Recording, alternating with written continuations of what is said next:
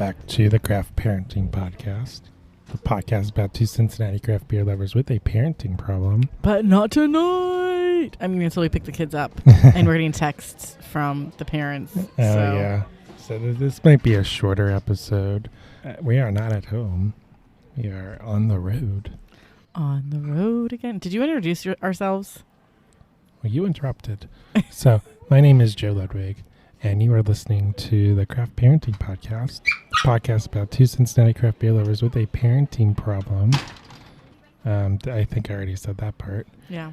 And with me tonight is my lovely wife and co-host, Caroline. Hey. We won't be like that live show where we waited until the very end to introduce ourselves. I mean, it's episode 109. Hopefully you've listened to at least one episode before this. Yeah, but if this is your first episode, welcome. Thank you for listening. We're happy to have you. We are on location. We traveled all the way to Kentucky.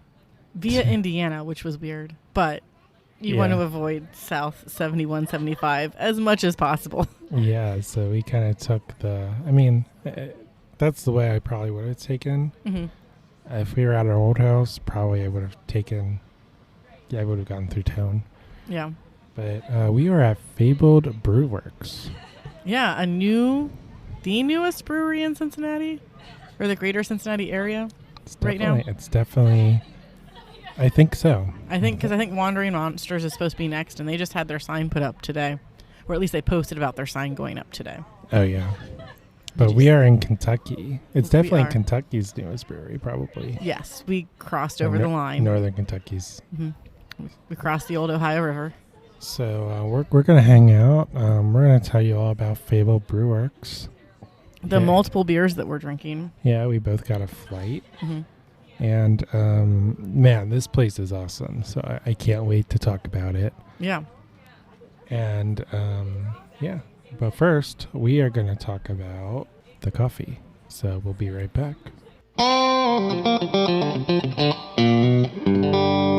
Hey everyone, Joe Ludwig here with the one and only Caroline. Hey! Before we get to the main topic of today's episode, we wanted to pause briefly and tell you about how you can support the show. So if you enjoy listening to the podcast and reading our blog posts every week, then you now have the opportunity to support the show through Buy Me a Coffee. Here's what you need to know. It's super easy to do. You don't have to set up an account to contribute. You have options. Send us a one-time donation or sign up as a member to contribute on a monthly or yearly basis. Plus, you can unlock exclusive content. To learn more about how you can support the Craft Parenting Podcast through Buy Me a Coffee, click the link in the show notes. And now, back to the show.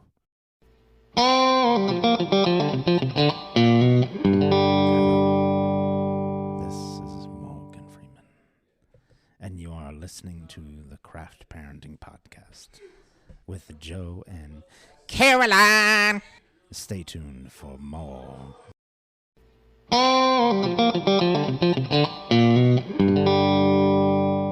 Well, thank you, Marco, for... That was Morgan Freeman. What are you talking about? Marco Freeman. Yeah, thank you, Marco Freeman, for that. And we have a Buy Me a Coffee account. So if you like the show and you want to contribute, that's how you do it. And the link will be in the show notes. So we are at a brand new brewery that has cold brew on nitro. Oh, I didn't know it was on nitro. It is on nitro. That's pretty kick-ass. Yeah. Maybe we'll get a crowler of that and chug it on Saturday and then do all the things. Except go downtown because I'm not going. This is going to date this episode. Can we do that? What? Can we get a crowler of the cold brew? I don't know. We have to find out. But this is definitely going to date this episode. No way. You cannot pay me enough money to go downtown this weekend in Cincinnati. Between the Taylor Swift concerts, the crazies are the here. Reds game, and the FCC game. And there's another concert going on downtown on Saturday, too. Multiple concerts? Multiple concerts. Almost every venue downtown has something going on at least one of those evenings. Parking's going to be ridiculous. Yeah. Traffic is going to be ridiculous. Just don't touch downtown with a 10-foot pole, like a 10-mile pole, if at all possible. Like, stay away. Unless you have tickets. Unless you have tickets or you want to people watch. Oh, yeah. People watching is fun. Mm-hmm. So we are on the patio. So let's take a step back. Fabled Brew Works, they opened up a few weeks ago here in June 2023. And they are a themed brewery. And they are based in, what is this, Crescentview Hills? Crestview Hills. Crestview Hills. Or at least Crestview Hills is like right down the road. Okay. Well, it's in Kentucky. It took us about 30 minutes to get here on a Wednesday. Yeah. Wednesday. Probably left the house a little after 5:30. Yeah, it's kind of rush hour. But we were going south, so we were okay. Mm-hmm. Luckily. About 35 minutes. So it's a drive. It's kind of in I don't know if this is an industrial park, but it's kind of secluded. Yeah, I mean, it's definitely like a businessy street. There is some like more like not 9 to 5 businesses in the area, but a lot of them are like 9 to 5 businesses. Yeah, and then they're in a retail building that's separated with a street-facing retail. There's like a child's daycare, I think, on the Play Place. Oh, this beer is really yummy. To the left of it, or to the right of it, if you're looking at the building, and then there's some other stuff down there as well. Yeah. Plenty of parking. Yes. Plenty of options. You don't, unless if it's like super packed because they have some event going on. Like I'm sure opening weekend it was insane trying to find a parking spot, but there are still places nearby that have tons of parking where you could potentially park and just walk a little bit. Yeah. So as I said, this is a themed brewery, and what is the theme, Caroline? Do we have a button for that one? We do have a button for that one. Which button is it? Is it on the next page? What is this? Some kind of nerd thing? Basically. Yes, thank you, past me. They are very heavily influenced by fantasy, the fantasy genre. So they've got a lot of like board gaming or like RPG gaming references, Lord of the Rings, Harry Potter, kind of get like Witcher. There's like a bench over by the bathroom. Yeah. It kind of gives me like Snow White vibes. Yeah. So, well, and that's like high fantasy stuff.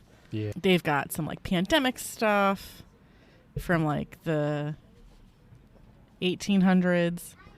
In the bathrooms. Yeah, in the bathroom they've got a sign that has a plague doctor on it. And it says it washes its hands or it gets the plague again. To tie into, is that Labyrinth as well? Because that's the quote. Because it's put the lotions on the skin, or that's that quote. Okay. And so you walk in, and you're immediately met by a nice, friendly, shopping cart, like the Old Town. Ooh, it's like Grover in a Muppets in a Sesame Street Christmas Story. Where he's wandering around with his cart of Christmas goods. So it's like that 2-wheel, like a wheelbarrow, but not a wheelbarrow kind of cart full of goods. And that's where they have their merch. Okay. They've got a few shop windows. They've got potables. And the ceiling is decorated. Yeah, they've got clouds. It looks like clouds, and they light up. Yep. So and based on other podcasts that I've listened to about them, that they have talked on, that serves two purposes. It looks really cool, and it helps dampen the noise, because that is some big, cushy, irregular shapes on the ceiling to help dampen sound. Their bathrooms look like they are a little hut, and then are plastered with pages of books, Chronicles of Narnia, Harry Potter, and a few other fantasy novels. Yeah. Yeah. Probably Lord of the Rings was in there too. The C.S. Lewis series. That's Chronicles of Narnia. Chronicles of Narnia. Yeah. I want to point out that my nerd status was questioned yesterday. Just poor you. I know. Yeah. So, yeah, that was the first thing that you walk in, you get that experience, and you're just like blown away. And the tables, there are tables throughout. It's not a big space inside. No, but it's a decent size. Yeah, and they utilize their space as best they can. I feel like tables are high quality. Like they're wood. Really good. And They're really the nice chairs tables. are too. Yeah. It is not an industrial slap your branding generic. Open a brewery furniture. They thought about this place a lot. Yeah, and the picnic tables are a little more rustic. Looks like they were wood fired. Scorched, yeah. Yeah, to help bring out the grain of the wood. I feel like 8 years younger, Joe and Caroline would have spent a lot of time here with friends board gaming. Well, it is a drive. It is a drive, but I could see us saying, okay, once a month, we're going to come out here and we're going to game instead of just meeting at somebody's house. I mean, the atmosphere does, it would be perfect for that. And there are people here gaming. So. Yeah. It's great for it. They have a patio outside, so that's where we are. Which about doubles their capacity as far as seating. Yeah. There's it looks like they don't have food on site. They do not have food on site. They do have food trucks. Yeah. They do allow you to bring in outside food, so we brought in outside food to get our flights and scope the place out. Dogs are allowed outside, but not inside. Some breweries let you bring your dog inside the brewery because they, quote, don't make food. It's a gray area. Not so much of a gray area as to whether or not you should do that. We're in Kentucky. The law is different than Ohio. But it's still similar. So they do not let you bring your dog inside unless if it is a service animal. So there is a dog on the patio right now celebrating its first birthday. Oh, yeah. Everyone was geeking out about it. Mm-hmm. I guess they have treats because they gave him a treat. Her a treat. I don't know if it's a boy or a girl. Yeah, they love dogs, apparently. I mean, yeah. You need dog parents. You have to cater to the dog parents because there are lots and lots of dog parents now. Yeah. But let's talk about the beer. So we both got flights. And we accidentally doubled up on one of them because I forgot that I had also ordered it. But I'm not mad about it if Joe doesn't like it, but I think that he will. Do you want to go through your flight first, or do you want me to go through mine? Yeah, let's go through yours. Okay. So I got Critical Wit, which Joe also got, but he hasn't drank his yet, which is a wit beer with coriander and orange peel. It was very delicious. It wasn't overpowering. It was nice and sweet. And I really enjoyed it. Would order again. Though I think next I'm going to do a mead flight. Okay. I don't know yet. Oh, that's interesting. Yeah. I also got... Oh, we just got a video. So this, the second beer... Wait, no. Critical Wit we did not double. I got Critical Wit. You didn't. I lied. Berliner Weiss is the one that we doubled, which you still have to drink. Yeah. Which is a mango, guava, and passion fruit. I'm assuming Berliner Weiss, based on the name. The Critical Wit was 5.6%. The Berliner Weiss was 5.3%. It was very delicious. It's very crisp. It's very smooth. I'm going to take another sip of Joe's because... Hey. Do you want a sip of mine? Yeah. Oh, man. This is a little sour, but lots of fruit. Very, very yummy. Very different from the beer that Joe just took a sip of. Oh, barrel aged that one. They do have something in barrels, but I don't remember what it is. I will pull it up after this. The next beer I got was Fum, which is part of their Fee Fi Fo Fum beers. Okay. which was a blackberry cobbler a la mode, and was so fruity and so thick with like 2 C's. Okay. As opposed to 5 C's. So I didn't order it when we were at March 1st yesterday, but March 1st had a beer called Thick 6, and it had 6 C's on thick. Okay. I debated it, but I didn't. And then the last beer, which is the one that I'm drinking right now, is Squatter Bloat, which is a Nutella Stracciatella Stout. I do not know how to pronounce this word. It is Stracciatella. It is a chocolate, hazelnut, and vanilla stout. The FUM was 7.1%, because I keep forgetting to say what the percentages are. The Squatter Bloat is a minuscule 11.8%. Holy cow. It tastes like it. It does taste like it. That's the one that I just took a sip of, and I said, you need to barrel age that. Which they probably did. You get the chocolate, you get the hazelnut, you get the sweetness of the vanilla. Oh, it is. It's heavy. It is very good. It's a it is, sipper. yes. And that's the reason why it's the last beer in my flight that I'm drinking. Let me see if I can find it quickly before Joe goes through his beers. They have the first barrels filled with our delicious stout. So they didn't say which stout they put in it. Maybe they just put in their base stout. Oh, maybe. Because they also have a Clark Bar Stout, a chocolate vanilla, Mastra coffee beer. I thought about that. And a peanut butter marshmallow and banana. Ooh, I might get that one on my next flight. I don't know yet. They have some very big beers. They do have some very big beers. I don't offhand see just a stout. But it seems like a lot of their beers are... We had a base, and then we fruited it 3 different ways. And here are your 3 different ways in which we treated it. Yeah. So if you want to go through your beers, or do you want me to go through your beers as well? No, I'll do it.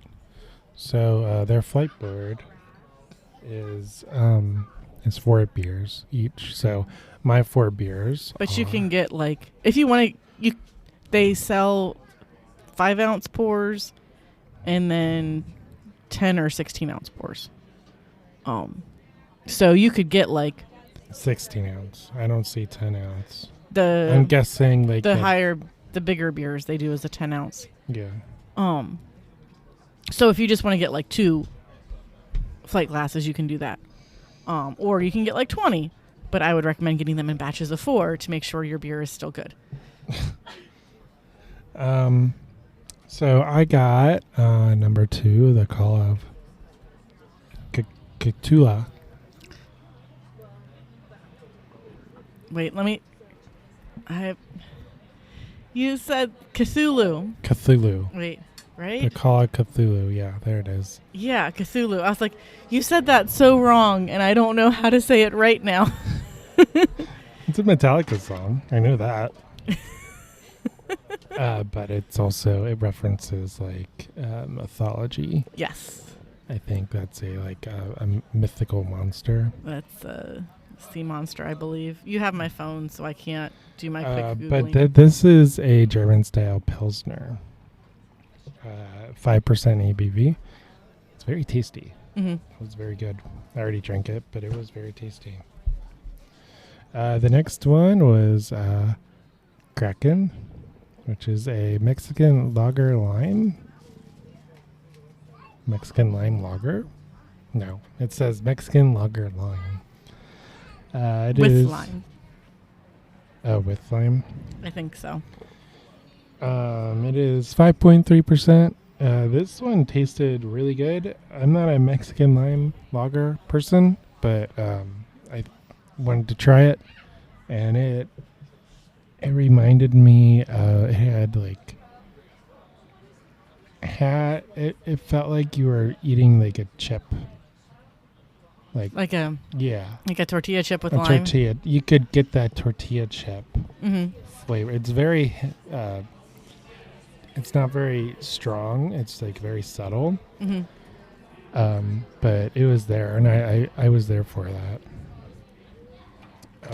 And then I got Loot, which is a coffee blonde with vanilla, and that is 4.6%. That one was really good as well.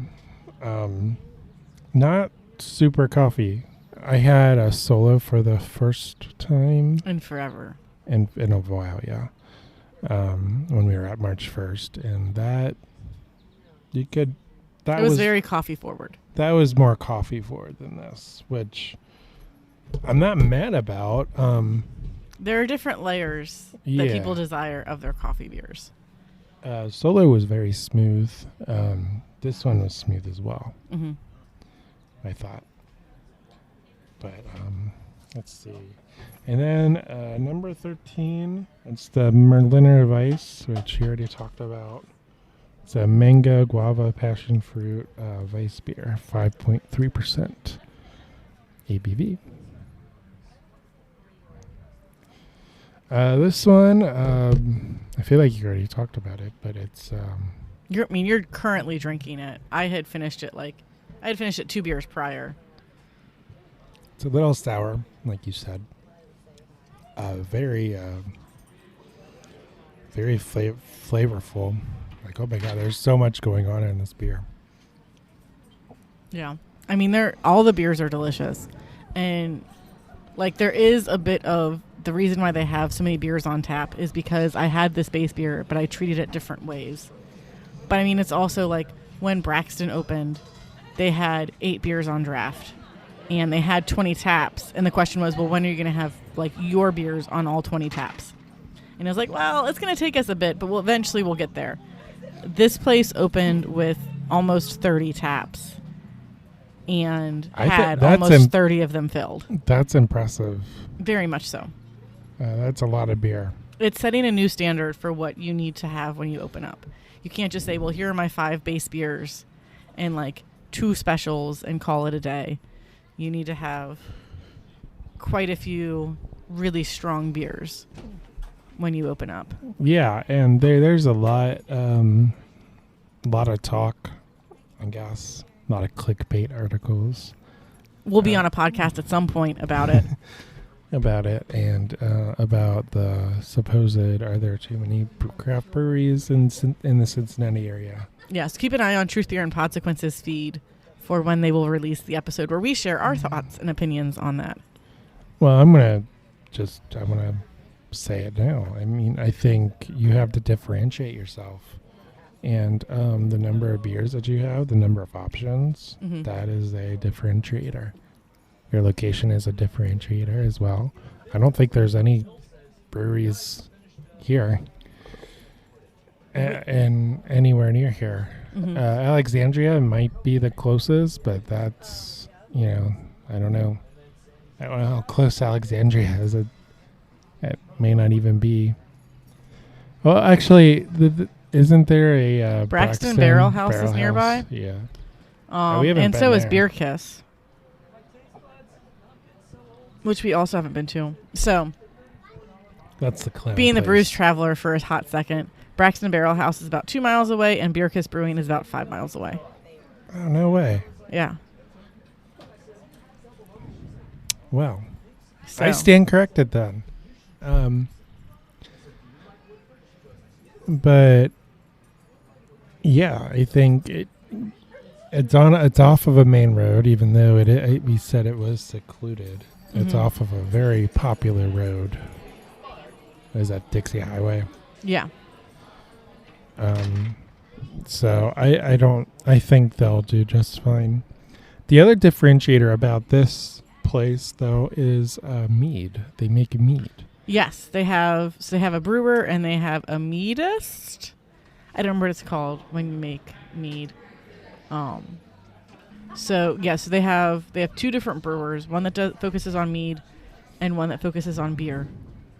I'm saying a lot today. I apologize. So they have a wide variety of things, and that's why like my next flight is probably going to be all meads. 'Cause it's been a hot second since I've done that.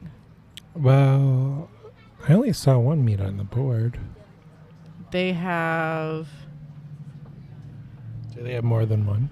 Yes, they do. So they have 6 meads on the board right now.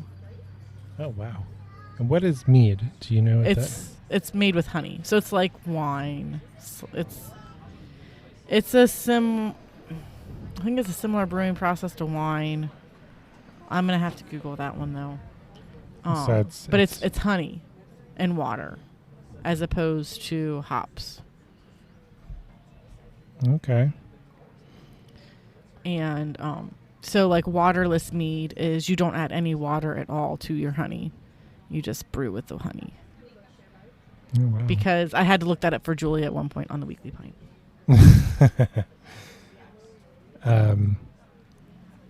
Okay. So do you want to take a break and then go do that? Yeah, let's go get some more drinky drinks. Okay. We'll be right back.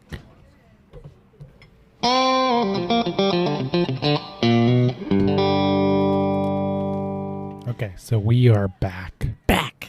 Forward. So I am currently drinking Brobdingen.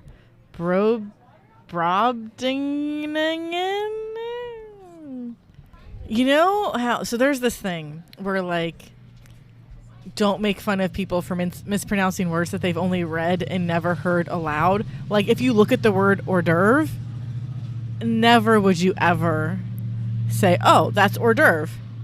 Because it looks nothing like that. I don't know how to pronounce this word. Brobdingnagin. It's too many letters for one word. We are getting into like Welsh or German territory with their words. It's also known as Fat Elvis, which is easy to say. Okay. It is a peanut butter, marshmallow, and banana stout. And it is 11.7%. And it is thick with like 4 C's. Okay. What makes it And you thick? can take probably the peanut butter. Because that's just straight peanut butter. Yeah, the glass is, it's like sticking to the glass. And the last stout that I had, the Squatter Bloat, that kind of stuck to the glass and made it a little cloudy. This like super clings. But it's also so good. I don't know how I feel about that.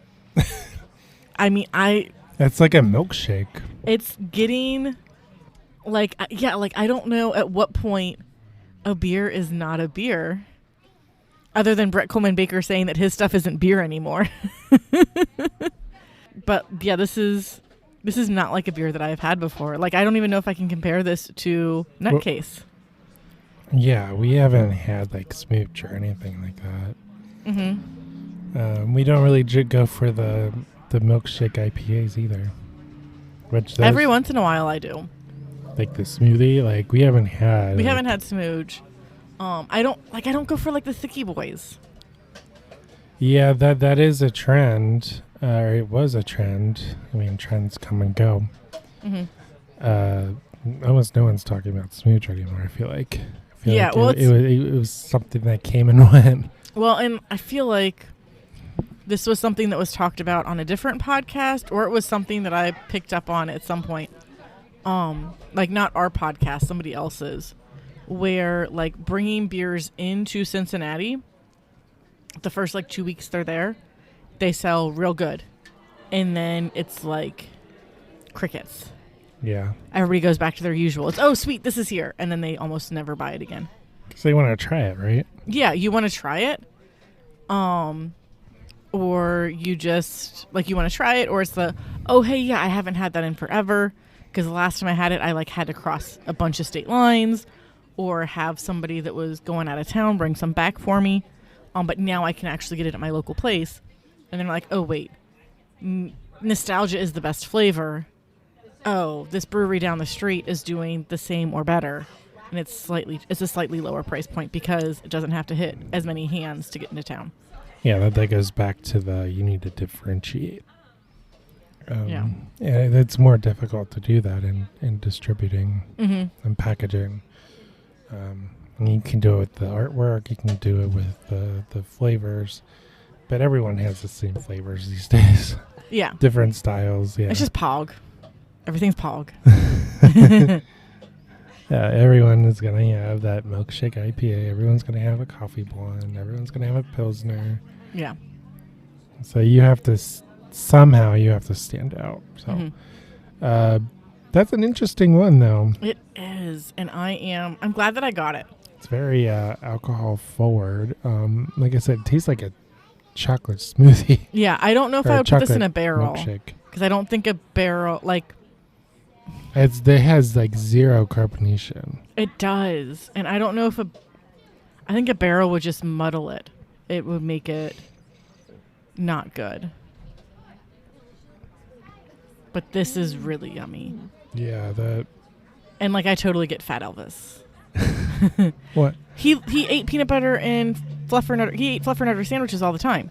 Oh, did he? Yeah, peanut butter and marshmallow fluff. My Elvis lore. And banana. My Elvis Or was it lore peanut butter and banana sandwiches? Isn't up to date. Face's favorite sandwich was peanut butter and banana. Let's see here. Elvis. That's the host of Nick Jr.? Yeah. No, yeah. The From host the of Nick 90s? Jr. from the 90s. His favorite sandwich was peanut butter and banana.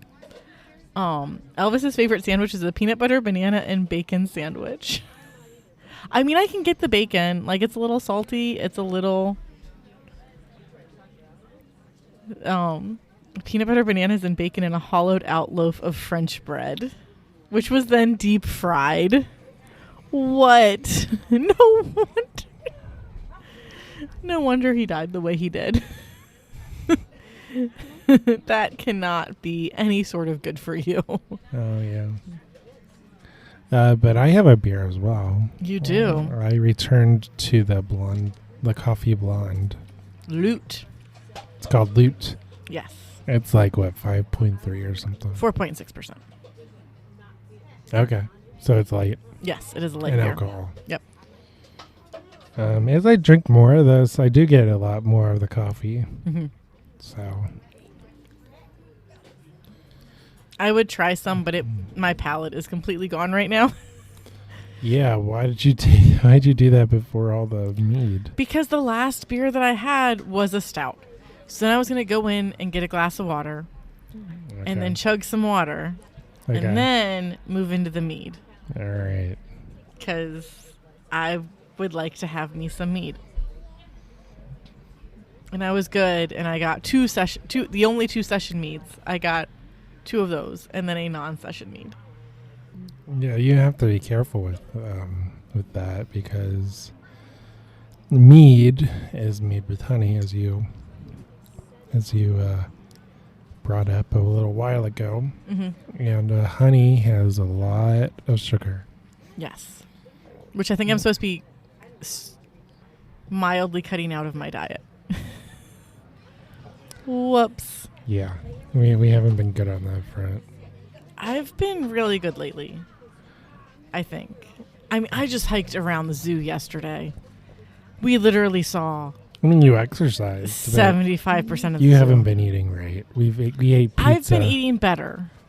We ate pizza the last 3 days. At least I did. 2 days. Last 2 days. And they were different pizzas. So it's fine. Yeah, I literally walked the whole zoo yesterday, which was crazy and fun. And the kids spent like 4+ hours at the zoo, which they have not done in a single sitting before. I think that's a record, yeah. It is, because we got there at like 11, and we didn't. Well, actually, no, they were there for 4.5 hours. We didn't leave until 3:30. Because Mom was supposed to meet me at the house at 4, and I was like, well, I'm just going to let you know when we're on our way, because we might not be home by 4. She arrived at 4. We pulled in the driveway at 4:05. No, wait, no. We were supposed to pull in the driveway at 4:05. I pulled in the driveway at like 4:15 or 4:20 to give the kids an extra 15 minutes of nap, because they both passed out in the van. Because they were done. Yeah. It's a lot. I mean, it was pretty sunny too, right? No, I mean, it was overcast. I mean, we're dealing with the smog at the moment, or whatever the poor air quality is from the Yeah, I'm not sure if it's from the Canadian fire or what, but I know that in New York City last week they had it. And it was orange. Yeah, so I got a photo. I don't see orange. Let me show you this photo that somebody shared earlier.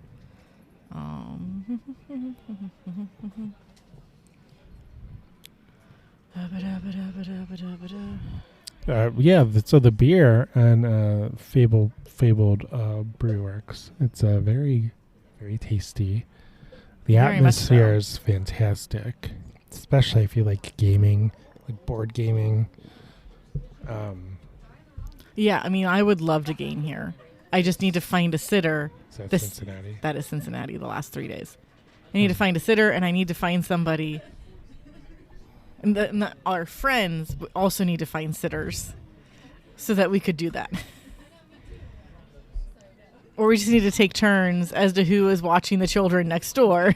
Yeah, I don't think that's necessarily possible. I don't for think us so to either. do that. It's kind of far away. Though Lily's getting into board games as much as she can, being 3, almost 4, and Elliot's just along for the ride and flits in and out. But he won a game of Candyland.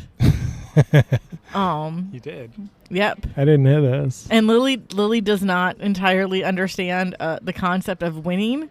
So we just keep playing until everybody makes it across the finish line, and it's, I won, you won, he won. Yay! And then I have a My Little Pony game that I don't remember exactly where I got it from. Somebody probably bought it for me. And it's called Friendship is Magic or something like that. And you have to build a rainbow. It's a collaborative game, so you have to build a rainbow before the sun turns into storm clouds. And all Lily wants to do is play that game, because she keeps handing me Battleship, and she wants to play Battleship. She says, I want to play this game, Mom. And I'm like, hun, we need to practice your other board games first. Because we do a little bit of Chutes and Ladders, but she doesn't totally understand the concept of Chutes and Ladders yet. I'm like, you need to get these board games better before we can move into Battleship, because that is a total strategy game, and Mommy will kick your butt. Well, I mean, we could one day when Elliot can talk and he's a little bit older, we could like do Mom, Dad, or Mom Lily versus Dad Eli. Mm-hmm. No, I like your original Mom and Dad versus Lily and Elliot. We will crush them. It's like the crush their dreams.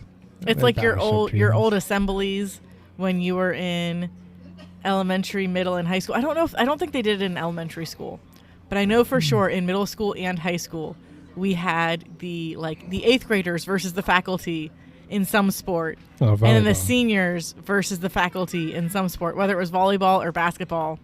It was usually one of those two, because it was something that could be played in the gym, and it was like you spent your afternoon hanging out in the gym watching your fellow classmates compete against the faculty. And I'm sure the faculty was icing themselves up like crazy the next day. But the faculty would almost always win, because they've got the strategy. Though, because there was one year when I was co-oping, the company that I co-opted for actually was really good with their co-ops. And we had a team building day out at a paintball field. And it was the staff versus the co-ops. And all but one of the games, the staff won. But the last game, the co-ops won, and I had the VP. That was paintball? That was paintball. I had the VP of our division pinned. And he was like, that was a good game. You had me good. I couldn't go anywhere. And I was like, huzzah! I did the thing. How many welts did you give him? Probably a few. Well, and see, I was the only smart one that wore layers and camouflage. Everybody else was in this like an outdoor paintball thing? Yeah, it was an outdoor paintball thing, probably in Middletown or something like that. Okay. It was forever. It felt like it was forever away. I never got into paintball. My brother did. I did for a hot second, but I always borrowed other people's gear. I never bought my own gear. Yeah. Yeah. And So, then airsoft for a very hot second. Yeah, my brother, did not like that as much. My brother had airsoft as well. That probably hurts more than paintball. Well, yeah, because they're little BBs. Yeah. I was playing in a friend's backyard because they had woods. Maybe it was my woods. I feel like it was my friend's woods, though. You got Homeland Security called on you. I did get the cops called on me. Have we talked about this on the podcast before? I don't think so. Okay. So, small-ish Caroline, more like young-ish Caroline, gets invited to the friendly family and friends paintball game of my mom's coworker. And they're like, hey, it's like a do whatever you want. Like, we're going to have 2 teams. Here are some simple rules for it. Like, paintball, we're going to have fun, whatever. But some of the guys get really into it. And I hadn't played paintball before. So I was like, I kind of need to practice beforehand. Or at least, like, kind of know what I'm doing. Because I do not sports ball. I might be decent at paintball, though. Because I actually did really good. Or at least relatively good. I mean, depending on the gun, I mean, you can just, click, click, click, click, click, click. You still got to aim and figure out what your sights are as far, like, based on the wind and stuff. Because it is a very imprecise projectile. Because it's fluid and it changes. So but you have a lot on you, like, or you have like 1,000 at a time. You've got a full hopper if you're, and that's probably 100 or so paintballs on you, so you've got some ammo. So there's a strip of woods behind my mom's old house that we used to play in as small kids, and so my friend's like, well, this is going to be similar to the environment that you play in. I've got 2 guns, so, or maybe he only had 1 gun, and it was going to be like, you go and hide, and I'll try to find you, and I'll go and hide, and then you try to find me. I think he did have 2 guns. And so we're essentially, like, trying to find each other in the woods because it's like, okay, we got timers set. I'm going to stay over here. You're going to go somewhere that way, and we'll try to see if we can find each other and tag each other after a certain amount of time has passed. So it's not just I'm going to stalk you and then just shoot you whenever the timer goes out. And so we had done maybe like 2 or 3 rounds of this, and we're coming back out of the woods from whatever our most recent excursion was, and a police officer is walking into my backyard, and he's like, hey, paintballers. And I'm like, hi? What's up? He's like, yeah, so your neighbor called 911 because they said that terrorists were practicing in the woods behind their house. Because we were in camo. So it's harder for your friend to find you. Straight to jail. And, I mean, we were being kind of sneaky, but, like, it looks nothing like a legit weapon. I mean, it does, but, like, there's bulges in places where there shouldn't be bulges. If you have spent more than 10 seconds looking at a gun, you can tell there's a big difference between the 2. Now, an airsoft gun, that is a lot harder to tell the difference because it is about the same size and about the same shape versus the paintball gun where you have this huge hopper on the top. And the cop's like, I'm not going to write down your names. Maybe he did write down our names, but he's like, I'm not going to cite you guys. Like, just hang out in your backyard. Don't go down the woods anymore. Like, y'all aren't doing anything stupid. It's just this person does not understand what's going on. Like, y'all are fine. So that, and like, I had joked with my friend beforehand, like, hey, maybe you want to wear a cup because I don't have great aim, I don't think. Because, like, this is going to be my first time doing this, and I want to make sure you don't get hurt. And he's like, oh, maybe, okay, I'll be fine. So we get to the point where all he can do is, like zigzag my backyard to see if I can hit him. Spoilers, I could hit him, but there's also a tree in my backyard. And so he goes and he hides behind at the time, there was a tree. It didn't make it during some drought. So it got chopped down, I think, before he came into the picture. Okay. So he hides behind this little tiny evergreen tree. And I'm like, well, are you going to move? And he's like, no, because you're going to hit me. So I start shooting him through the tree. Like, just strategically trying to see, like, where I'm hitting in the tree. And I hit him on his inner thigh, very close to turning him into not being able to have children ever again. And I'm like, see, I told you so. But then long short, borrowed his gear to go play paintball in my mom's coworkers' backyard, which is like middle of nowhere, east side of Cincinnati. So they have acres of woods that they can go play in without any neighbors finding them and calling the cops on them. And so I actually did pretty good. Pinned down a few people, and had lots of fun. And that was my brief career with paintball. It was like those two events. And your experience with Homeland Security. Yep. I mean, I don't think I'm on any watch lists because of that, but maybe there are some other reasons why I am. I don't know. I mean, you were able to leave the country. Mm-hmm. So it's not like you were on a no-fly list. Yeah, I mean, I worked for the government after that.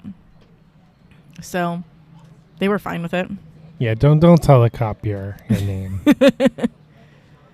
Hopefully you didn't do that. I don't remember. That was like 2007, 2008. It was very close to 9/11. Yeah, I mean, it was closer to then. Yeah. So it was very much in the forefront of people's minds. And yeah, okay, if you see people in camo, and I think like we even had like beanies on and stuff. So yeah, maybe we looked a little suspicious, but nothing like.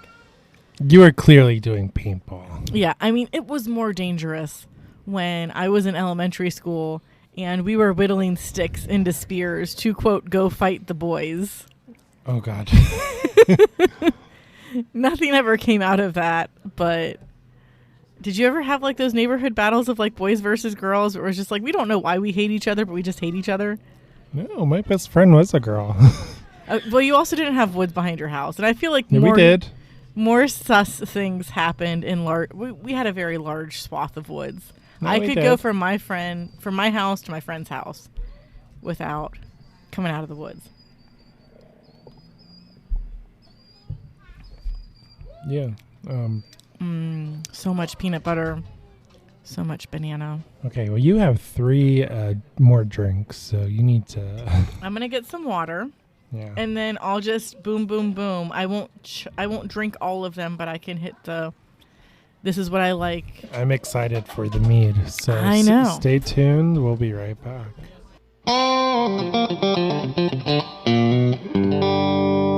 I'm curious to see if that makes it in.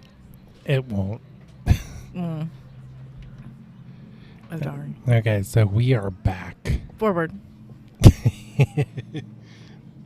We have no people who talk to themselves shouting randomly in our background.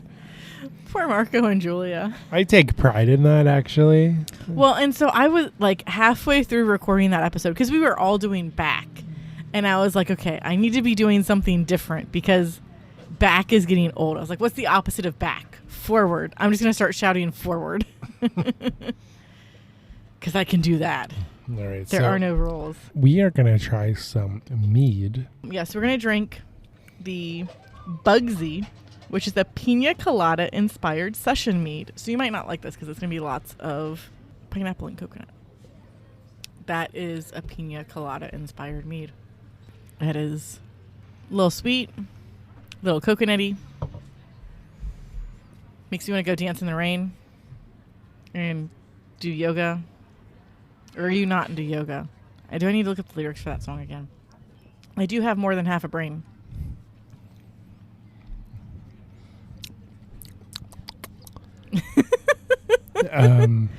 ASMR with the Ludwigs. It's interesting for sure. Mm-hmm. It's definitely a pina colada. It's got all that. It does. It has everything that you described. I'm just not familiar enough with mead. I don't think I've ever had it before. I mean, I definitely can taste honey. Yeah, there's honey, there's coconut, there's a little bit of a burn. I can feel it going down. And so this Bugsy 6.9% and Lucky Luciano is also 6.9%, which is an orange creamsicle session mead, which I'm about to try now. Okay. So you can just go like boom, boom, boom. And Yeah. then just focus on drinking. Yeah. Ooh, that is definitely orange creamsicle. So we should note the colors. They're They're definitely like a little gold. Definitely not as carbonated as beer. Well, at least as beer normally is. The Fat Elvis was nothing that I would consider standard when it comes to That was very carbonation. Strange. Yeah, It was in so a good smooth, way. though. Yeah, that was. If you come here and they have that, you at least have to get a taster of that. The Fat Elvis. The Fat Elvis. Yeah, because that's the only version of the name that I can say consistently. I do also like that their classic American lager is called Paul Bunyan. Oh my God, this reminds me of summer. It reminds me of the ice cream truck. I'm getting like a. You remember push-ups? Do you remember? Yeah, the push pops. The push pops. Yeah. I get that. I'm picking up what you're putting down. Do you remember that? Yes. That was like a ice cream truck special, I feel like. Well, yeah, that was the special treat that was probably like 50 cents, but they sold it to you for like $2. Or like we had them at home, and I think we had Flintstones versions. Yeah. Where they had like 3 different flavors. If they were the bougie ones, they had 3 different flavors in the same push pop. Yeah. But otherwise, it was like 1 flavor per push pop. Okay, I'm Yeah. gonna need to like get out of what I'm looking at right now and look up Flintstones push pops. Yeah. Okay. That's what this reminds me of. So I currently have Flintstone. There is no E in there. The second thing to pop up is Flintstone push pops. That's creepy. Yeah. What, like, I would expect vitamins, because I talked to Hillary about Flintstone vitamins today. Yes, they had the Flintstone push-ups. And Yeah, I feel like there's like an orange creamsicle version one. Yabba Dabba Doo Orange, Bedrock Berry, and Lime Rock Lime. And then, like, the Nestle push-ups are probably what I had the most. 'Cause that's another thing that pops up. I never had that. I always... But and at some point, Nestle and Flintstones merged. Oh, okay. Yeah, I don't even know if they still sell these. I doubt it. I doubt it too. Oh, there was the Cool Cream. That is probably what I remember of the, like, it was 2 colors in the push pop. Kind of like a peppermint. Yeah. Like, it looks like a peppermint, but it was not peppermint flavored. Okay. This is like a nostalgia trip. Yeah. In addition to a fantasy going... I don't even know what I'm saying anymore. Definitely nostalgia and fantasy all meshed up into one. Yeah, there we go. Like, wow, that is good. It is. I can see that it's 7%. Yeah. So you have to be careful with this. Yes, for sure. But this next one is the one that you have to be very careful. This is Swamp Bandit, which is a passion fruit mango mead, and is 12.5%. Now, granted, it is not the highest ABV mead that they have. Their highest ABV meads are 15%. Holy cow. Because they have Cherry Bounce Jr., which is some kind of cherry mead. And then they have Megs, which is a strawberry watermelon mead that is also 15%. All right, let's dive into this one. Oh, man. That's so sweet. A little sour because of the passion fruit and the mango. You might not like it because it's a little puckering as I cloud your judgment of it before you even drink it. Oh, that's a pucker face. All I can see are your nose and your lips because you've got your hat on. Mm-hmm. You're almost synonymous with anonymous. To steal someone else's old tagline. Oh, yeah. That is... But I don't get the 12.5%. Kind of tastes like a juice. It does. Like maybe like a mimosa. Kind of like a mimosa, yeah. I would be down. Oh, that would be so dangerous. Turn this into a mimosa, use this as juice instead of orange juice. There's no carbonation, though. There is not. So maybe not. And I don't think meads are typically carbonated. Maybe that's not the right way to describe it. Mm-hmm. Definitely orange. Is there orange in it? Passion fruit and mango is what they call out. Okay, so mango. That's what I'm tasting. Probably. But, I mean, these are all delicious. Wow. They say that they have crowlers on their website. They probably do not crowler the meat. They probably do not crowler the meat, though. That is probably correct.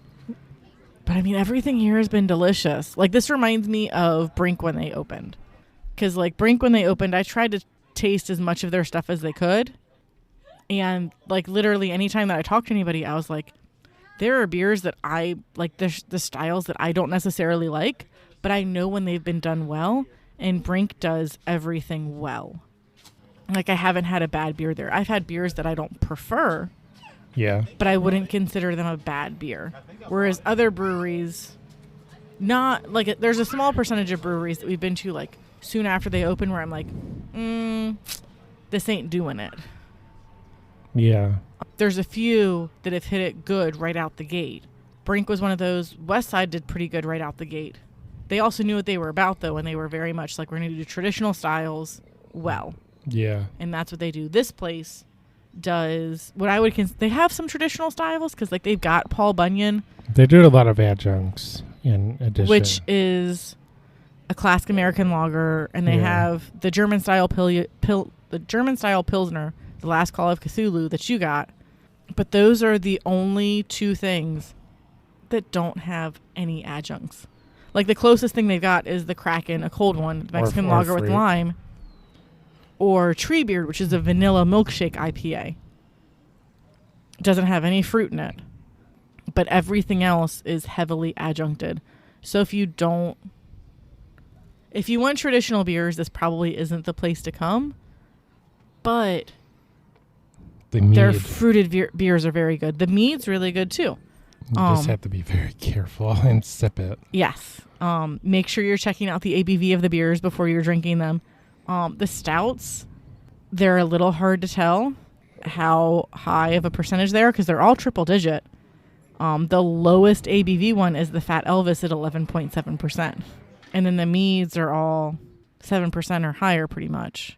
But they have 2 session meads and then 4 non-session meads on draft right now. Yeah, so final thoughts about Fabled Brew Works. I want to come here and game. I also want to do like an RPG. Like I want to play D&D, but I know that my schedule does not give me time to do that. You need... Wait, what? You want to do D&D? I'm a nerd. With who? Who are you going to do D&D with? I don't know. I just want to. Josh, Julia, is there a one shot I can do with all y'all? I don't know. You need to find somebody doing a one shot. I don't know what that means. So one shot is just like probably like 3 or 4 hour session. You do the whole game. Not like Pandemic Legacy where it was like multiple hours over multiple days to do the whole game. Okay. Well, I would say that the atmosphere is really nice. Mm-hmm. You're right. You hit it right on the money. I feel like it does have a Brink feel. It's about, maybe it's a little bit smaller than Brink. I think it's a bit smaller than Brink. Yeah. Brink is but they have a nicer outdoor patio space than what Brink started with. Yeah, definitely. I would say that. Brink is more narrow too. Mm-hmm. It's more long. Yeah. And narrow. This is like just like any, retail. It has a decent amount of space inside. The tables are very high quality. You can tell that they planned everything. Everything that they did in there was very deliberate. Yeah. And like you drive up and you're like, well, this is generic warehouse, industrial park space. And then, like you look at the beer garden, they have some ivy outside. And then you open the door and it's ivy and clouds and rustic Renaissance fair kind of style buildings. Yeah. And they have a giant tree. Custom in doors the middle to the of bathroom? They have a giant tree in the middle of their tap handles with a giant... I'm interested to see if that space in the center of the tree turns into something of like maybe... Ooh, it'd be really cool if they did... Well, they have so much fruited stuff already, but like if they did like a Firkin Friday of like, here's a one-off and the Firkin lives in the tree. Yeah. Yeah, that might be cool. I don't know. The only thing I didn't see, and maybe it's over there, but I didn't see the brewery. I think it's behind... It's through some doors. There's okay. we can't see it because there's a giant wall there. The equipment is hidden. Mm-hmm. I'm assuming it's in the back somewhere, but it is hidden. Yeah, this place, it's impressive. 25 beers. Is that including the mead? So 26 things on draft right now. Okay, so that includes The mead. 20 beers and 6 meads. That's right now as of this recording. But they also say on their Facebook page, hey, we have things that are going to go on tap real soon. We're just waiting for them to get out of the fermenters to be ready. Yeah, that's impressive. So yeah, I think they did it right. I hope they're successful. If you live in Kentucky, if you live in this area, or if you don't, if you're one of the 10 people that is heavily involved in the craft beer scene and has not been here yet, what are you doing with your life? Get down here. You should come down and try it. And man, I do wish that this was around the corner from our house, right? Yeah. Because I like the atmosphere. Mm-hmm. The beer is good. Beer's delicious. I feel like they are turning around different. I feel like they're small enough now. Mm-hmm. I don't know what they're going to be in the future, but I feel like they have the potential to really turn around beer, different flavors, like Brink. Mm-hmm. Do some cool things. It doesn't seem like this is a place where they have the flagships. Yeah, and it's promising that they didn't have to shut down for a week or two after their opening weekend because they actually had enough beer on stock to stay open. Yeah, so I think that's going to do it for this episode. Maybe next time we'll bring the kids in some Chutes and Ladders in Candyland. Well, that does it for this week's show. Thanks so much for listening. If you like what you hear, make sure to follow and subscribe to us on social media, and leave us a 5-star rating and review on your podcatcher app, because that's how we grow. You can find us on most of those social media platforms as @craftparentingpodcast. Yep, there it is. We have a website where you can find the show notes and maybe some other stuff. Mostly show notes. And YouTube, we've been trying to produce YouTube content. Smash that like button. Slam subscribe. Ring that notification bell. Because occasionally we're going to go live. And we can't guarantee when that's going to be, except for 30 minutes before we're going to do it. Yeah. Yeah, we're just trying to get our feet wet and try to understand how it all works. And navigate life with 2 small kids that my schedule's never predictable. I didn't know what we were going to do today, but it didn't involve being out of the house for 6 hours straight. And that's what we did. So. Yeah. So if you want to follow me personally, I'm at Craft Parenting Joe. And I am at Caroline Creates Crafts. I recently checked out 6 different knitting and crochet pattern books from the library. Oh boy. So maybe there will be more content. Maybe I'll finish some projects that I have in progress. Yeah, we'll see. Time will tell, and the answer is probably no. Well, I know me. Follow her and follow Caroline and find out. Yep. I need to post pics of my craft room as soon as I get most of the boxes unpacked, because it looks real nice now. Yeah, it will look nice. Right now it looks like a mess. Yeah, a little bit. Maybe I'll post the photo of the it'll be a teaser photo, and it'll be the box house that I made the kids out of me unpacking stuff for my craft room. All right, let's close this up. Thank you so much for listening, and we will see you next time. The Craft Parenting Podcast. Visit Fabled Brew Works. Bye.